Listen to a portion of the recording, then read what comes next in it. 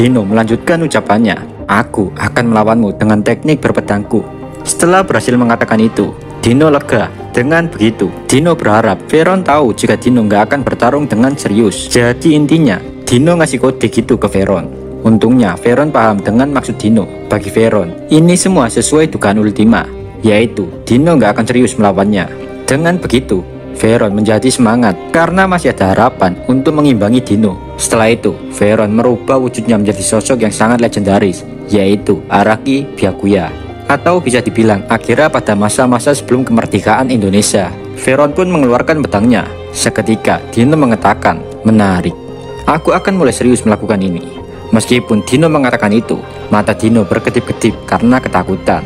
Kita tahu cuy, Dino nggak terlalu menguasai teknik berpedang dengan sangat baik. Di situ, Veron hanya menganggukkan kepalanya, seolah ingin mengatakan kepada Dino, jika semua ini akan baik-baik saja. Mendengar ucapan Veron, Dino pun tenang kembali, dan mereka saling mengambil kuda-kuda untuk siap-siap saling bertarung. Yari-yari.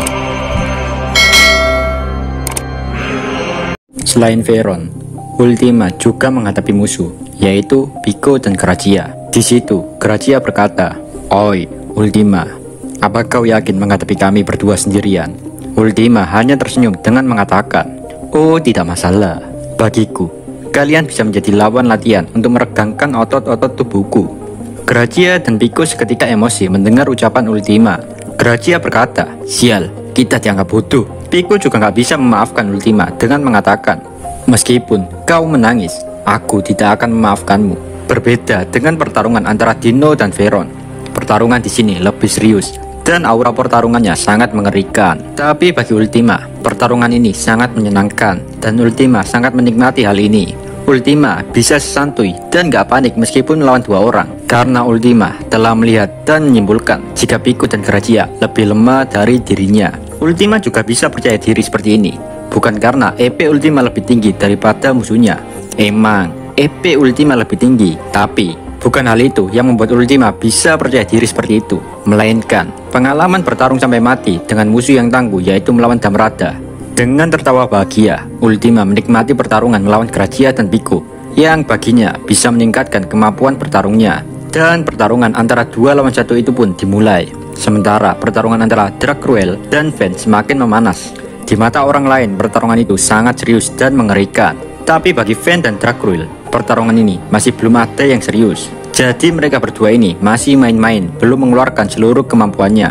Di situ Fen berkata, "Sudah lama aku tidak bersemangat seperti ini, kakak. Kalau begitu, aku akan serius." Dracruel menganggukkan kepalanya dan mengatakan, "Majulah, Fen." Mereka berdua pun saling mengumpulkan kekuatan. Tubuh dan otot-otot Dracruel juga mulai membesar. Fen menginginkan Dracruel seperti dulu kala yang mengamuk bagaikan monster yang nggak bisa dihentikan oleh siapapun. Sementara Dracruel yang sekarang hanya mau berperang jika nggak ada pilihan lain, atau bisa dibilang Dracruel nggak mau berperang jika perang itu nggak memiliki manfaat untuk dirinya. Kedua orang ini memiliki tujuan yang berbeda, tapi pemenang pertarungan ini sudah mulai terlihat.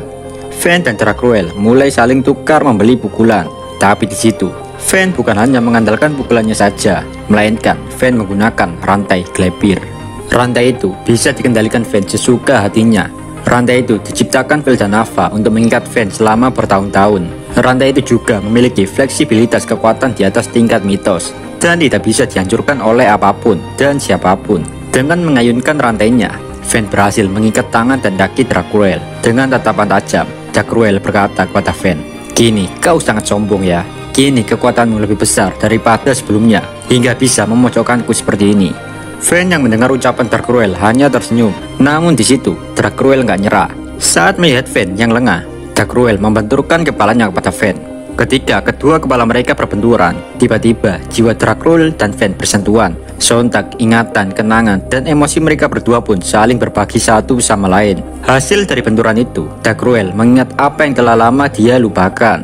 Fen bertanya kepada Dracruel, "Apakah kau sudah mengingatnya, kakak?" Dengan memegang kepalanya, Dracruel berkata, "Aku merasa seperti terbangun dari mimpi."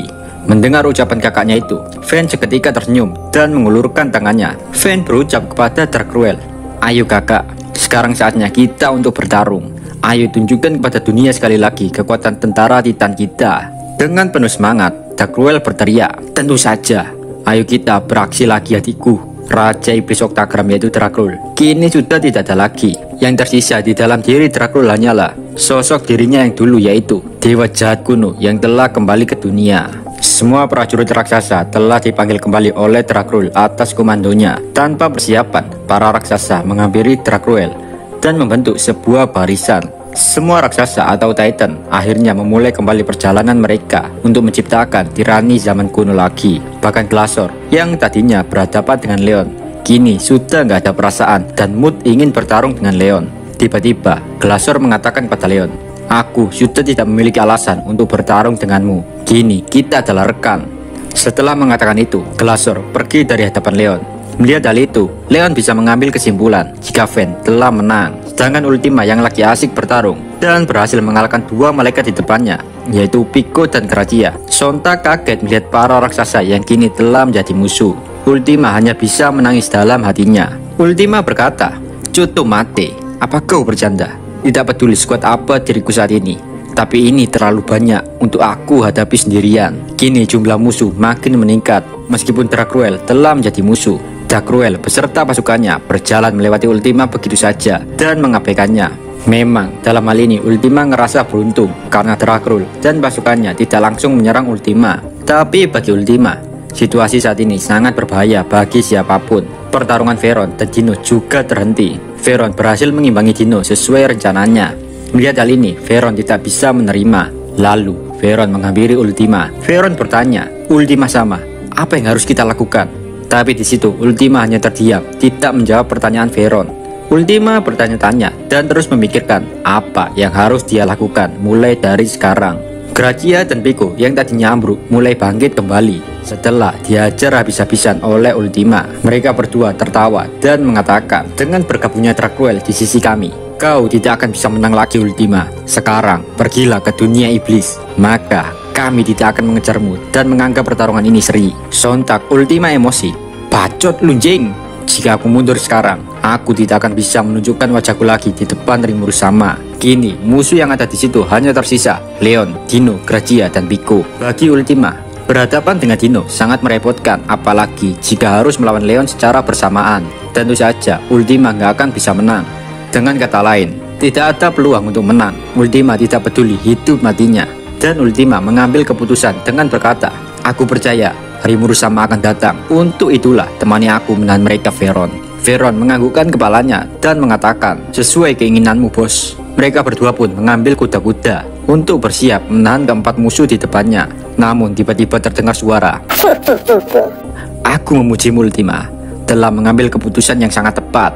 Dan ternyata suara itu adalah Diablo. Di situ nggak hanya Diablo saja yang datang, ada Rimuru dan Zoe. Kedatangan Rimuru bisa cepat di belakang Ultima karena Zonda menunjukkan arah jalannya.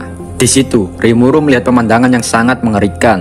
Para raksasa berkumpul, berjalan bagaikan rambling yang dilakukan Eren untuk menghancurkan Paradise. Saat berada di situ, mata Rimuru sempat saling melihat dengan ketua kelompok raksasa yaitu Dracul. Dracul melihat Rimuru dengan senyuman psikopat. Tentu saja Rimuru ngerasa jika ini bukan Dracul yang dia kenal selama ini. Pengkhianatan Dracul bagi Rimuru ngerasa ada yang janggal. Namun untuk urusan Dracul, Rimuru kesampingkan terlebih dahulu karena Rimuru ingin fokus terhadap musuh di depannya yaitu Leon. Bagi Rimuru, jika berhasil menghilangkan dominasi Michael di tubuh Leon, maka sekutu di pihak Rimuru akan semakin banyak, dan itu akan memudahkan Rimuru melawan 3 musuh lain di depannya. Dalam hal jumlah, Rimuru menang. Mereka memiliki anggota Rimuru, Diablo, Vayron, Zonda, Ultima, Zoe, jadi 6 orang. Sedangkan di pihak musuh cuma ada 4 orang. Rimuru memulai rencananya untuk menyadarkan Leon terlebih dahulu. "Apa? Rimuru ada di sini?" ucap Dino. Di situ Dino kaget melihat kedatangan Rimuru. Rimuru mengatakan kepada Dino jika Rimuru akan berurusan dengan Dino, tapi nanti. Dengan mengatakan itu, sorot mata Rimuru tertuju pada Leon. Rimuru pun menghampiri Leon dengan mengucapkan, "Leon, persiapkan dirimu." Seketika Rimuru melahap Leon dengan Belzebub. Di bawah kendali ultimate skill Void Good Azathoth, Leon dibawa ke dunia yang tak kasat mata. Saat Leon memasuki dunia itu, Ciel melakukan perubahan skill paksa pada Leon. Dan dalam sekejap, Leon kembali seperti sedia kala. Jadi kini, Leon telah berhasil lolos dari dominasi Michael dan menjadi sekutu Rimuru. Setelah itu, target selanjutnya Rimuru adalah Dino. Bagi Rimuru, sepertinya masalah di sini pasti akan mudah dia selesaikan sekaligus. Tapi tiba-tiba, Rimuru merasakan hawa kehadiran yang sangat mencekam. Hawa itu seolah-olah kekuatan bagaikan True Dragon yang sedang serius. Bersamaan dengan itu, Zoe yang dari tadi berkomunikasi dengan ruang kontrol labirin. Zoe berkata kepada Rimuru, "Rimuru sama, ini gawat. Daerah di sekitar sini telah diisolasi oleh sebuah penghalang. Dan ternyata hawa itu adalah kehadiran bos musuh. Dan itu adalah Michael." Diablo yang melihat sosok berdiri tenang di depannya sontak berkata, "Kenapa kau datang sendirian? Apakah kau meremehkan kami? Asal kau tahu, Leon sudah menjadi sekutu kita lagi." Namun dengan tenangnya Michael menjawab, "Aku tidak peduli apa yang kau ucapkan, karena Leon hanyalah umpan. Dan kalian sudah termakan oleh umpanku." Sontak Rimuru and the Gang kaget. JL memeriksa dan mengevaluasi semuanya. JL menyimpulkan jika target Michael sebenarnya adalah Masayuki. Sontak Rimuru terpukul karena telah mengambil keputusan yang salah untuk datang ke Damargania. Yang dengan kata lain, saat Rimuru datang ke sini, rencana Michael telah berhasil. Rimuru tahu jika Masayuki emang penting bagi musuh, tapi dalam benak Rimuru, dia tidak sempat berpikiran jika musuh sangat terobsesi dengan Masayuki. Namun Rimuru berpikir jika dia bisa mengalahkan Michael dan musuh yang tersisa. Dengan ini Rimuru optimis mungkin masih ada waktu dan harapan untuk Rimuru kembali.